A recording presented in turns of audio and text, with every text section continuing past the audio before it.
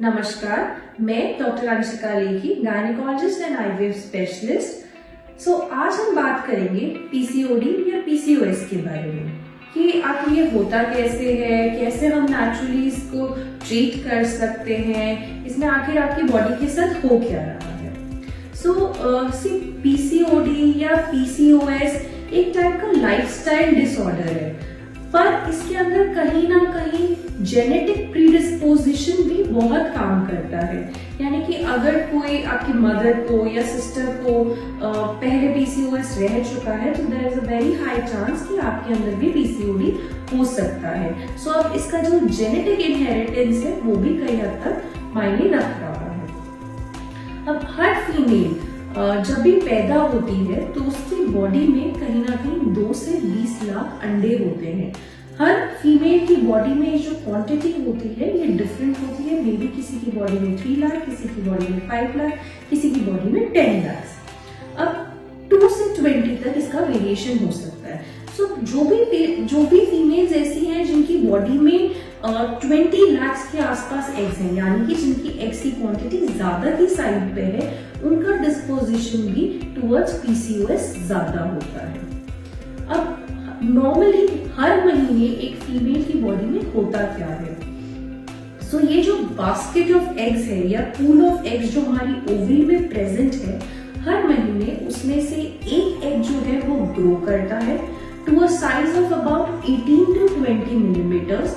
उसके बाद वो रप्चर होता है या फूटता है। यदि वो स्पर्म के कांटेक्ट में आता है तो प्रेगनेंसी हो जाती है। यदि वो स्पर्म के कांटेक्ट में नहीं आता है तो बॉडी उसे एब्जॉर्ब कर लेती है और उसके 14 डेज के बाद आपको पीरियड्स आ जाते हैं। अब पीसीओएस जो पेशेंट्स होते हैं या पीसीओडी जो पेशेंट्स होते हैं, उनके अंदर ये जो एग की ग्रोथ है ये नहीं हो पाती है due to some reason. Hormone जो आ रहा है वो तो ठीक है, परंतु जो उसका बैलेंस है या उसका जो रेशियो या प्रपोर्शन है वो बिगड़ जाता है, जिसके कारण जो एग को रिस्पॉन्ड करना चाहिए या ग्रो करना चाहिए वो प्रॉपरली नहीं हो पाता। इंस्टेड ऑफ कि एक अंडा ग्रो करे, इकट्ठे 10 से 15 अंडे ग्रो करने लग जाते हैं, परंतु जो क्वांटिटी ऑफ हार्मोन आ रही है वो तो अभी भी सेम है। जो रोटी पहले एक जना खा रहा था या एक जने का पेट भर रही थी, अब वही रोटी 10 से 15 जनों में बांटी जा रही है। 10 से 15 लोगों का पेट उससे भर ही नहीं पाएगा, पेट नहीं भर पाएगा, यानी कि उसको जो रिक्वायरमेंट्स है वो फुलफिल नहीं हो पाएंगी और एग जो है अपने साइज को अचीव नहीं कर पाएगा, यानी कि 18 to 20 मिलीमीटर्स नहीं हो पाएगा। टेक्निकल लेवल में मैच्योरिटी अचीव नहीं कर पाएगा। जिसके कारण ये जो एग्स हैं वो सभी 10 से 12 मिलीमीटर के होके ओवरी के अंदर ही रह जाएंगे और पानी की गांठ बना लेंगे, जिसके कारण इस डिजीज को कहा जाता है पॉलीसिस्टिक, यानी कि मल्टीपल पानी की गांठें। यही वो सिस्ट हैं या यही वो अंडे हैं जो 10 से 12 मिलीमीटर के होके अंडेदानी के अंदर फंस गए। अब आप कहेंगे लेकिन हमें तो पीसीओडी होने के बाद भी पीरियड्स आ जाते हैं। देखिए, जो अंडा फूटता है और प्रेगनेंसी नहीं होती उसके बाद 14 डेज में पीरियड आते हैं, परंतु आपके केसेस में पीरियड्स उस वजह से नहीं आ रहे क्योंकि अंडा ग्रो ही नहीं किया तो प्रेगनेंसी होगी ही नहीं। अंडा ग्रो नहीं किया, बॉडी ने उसे एब्जॉर्ब नहीं किया तो 14 दिन के बाद पीरियड्स भी नहीं आएंगे। आपके केस में पीरियड्स तब आते हैं जो आने वाला हार्मोन है जब वो खत्म हो जाता है उस महीने के लिए, तब आपके केस में पीरियड्स आ जाते हैं। अब इस हार्मोन को खत्म होने में 15 दिन भी लग सकते हैं, 20 दिन भी लग सकते हैं, 25 दिन भी लग सकते हैं। दैट इज वाई साइकिल की वेरिएबिलिटी है। किसी फीमेल को 40 दिन में पीरियड आ जाते हैं, कभी 45 डेज में, कभी 60 डेज में, डिपेंडिंग ऑन कि किस मंथ में उस हार्मोन का कंजम्पशन कितने दिन में हो गया। इस वजह से वो आपको पीरियड्स आते हैं। दीज आर एनओव्यूलेटरी पीरियड जिनको हम कहते हैं। ये अंडे के फूटने की वजह से नहीं है, ये हार्मोन के खत्म होने की वजह से।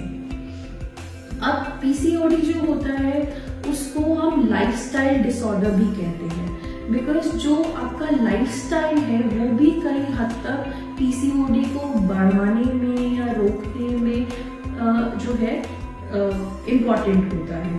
तो अगर वो बढ़ाने के लिए उससे रिस्पॉन्सिबल है, सो सिमिलरली वो उसको रोकने के लिए भी रिस्पॉन्सिबल होगा। सो और ऐसी कौन सी चीजें हैं जो उसको बढ़ाएंगी या फिर उसको कंट्रोल करने से आप पीसीओडी को कंट्रोल कर सकते हैं? सो फर्स्टली आपका वेट या एक्सरसाइज। सो आपको अपने बॉडी के हार्मोन को चैनलाइज करने की जरूरत है।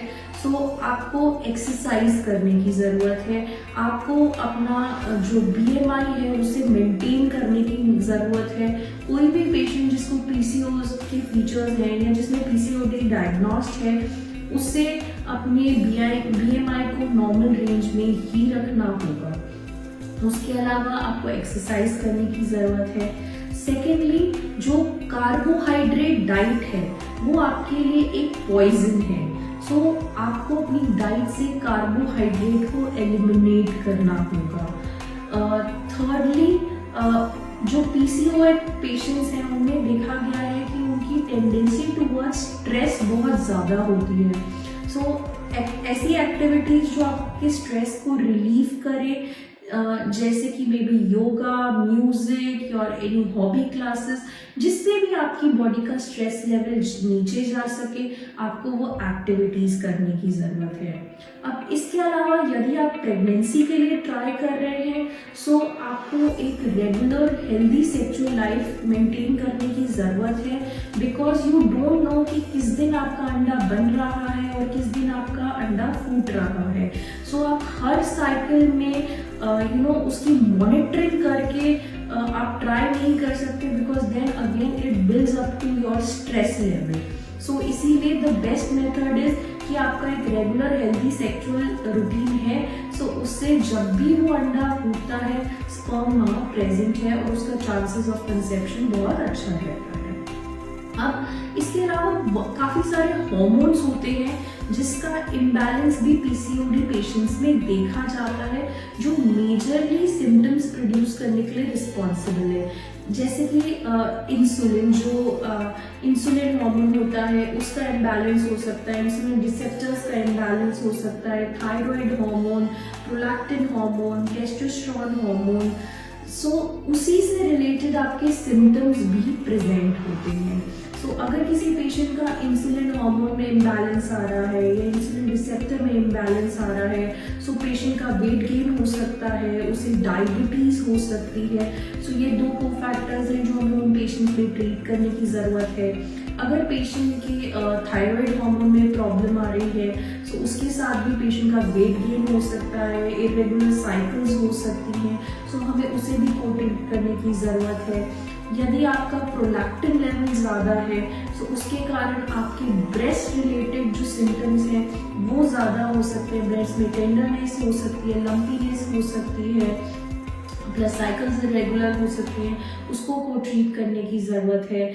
इसके अलावा अगर आपका टेस्टोस्टेरोन लेवल ज़्यादा है तो आपको हर्सिटिज्म या कि male pattern of hair growth देखने को मिल सकता है, बॉडी में हेयर ग्रोथ ज़्यादा हो सकती है, उसे भी हमें ट्रीट करने की ज़रूरत है।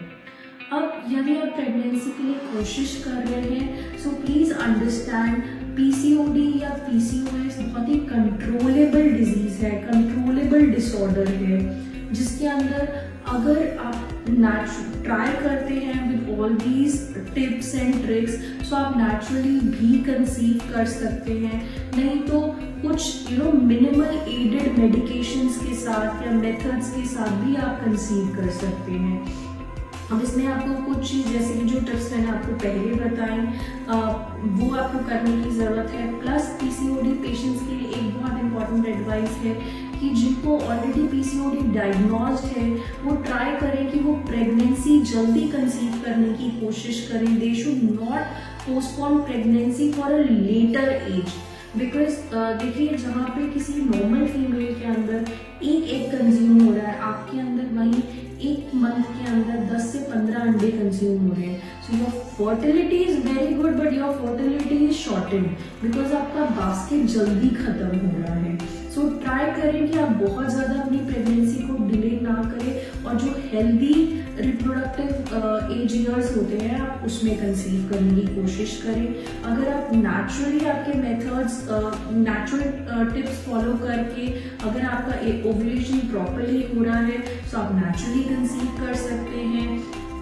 अगर उससे नहीं हो रहा है तो देयर आर सम सप्लीमेंट्स जिनके सपोर्ट से हम आपको कुछ सप्लीमेंट्स प्रिस्क्राइब कर सकते हैं जिसके कारण आपका हार्मोन चैनलाइज हो जाएगा और आपका ओव्यूलेशन चालू हो जाएगा, तो आप उनकी हेल्प से कंसीव कर सकते हैं। अगर उसके बाद भी ओव्यूलेशन चालू नहीं होता है तो there are ovulation induction drugs जिनकी हेल्प से आप कंसीव कर सकते हैं। अगर वो भी नहीं होता है तो last to last resort is IVF, जो कि आप करवा के कंसीव कर सकते हैं।